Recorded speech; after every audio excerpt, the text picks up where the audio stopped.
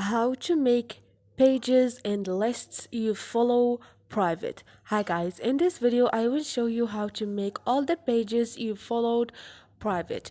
It's so easy and quick, so let's start. It's so easy.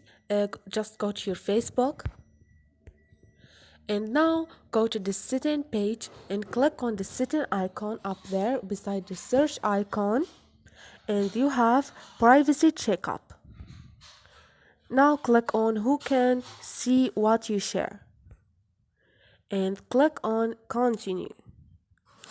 And here you have the last option, which is who can see the people pages and list you follow. Just click on it and choose one of those: public, friends, except, or specific friends, or only me.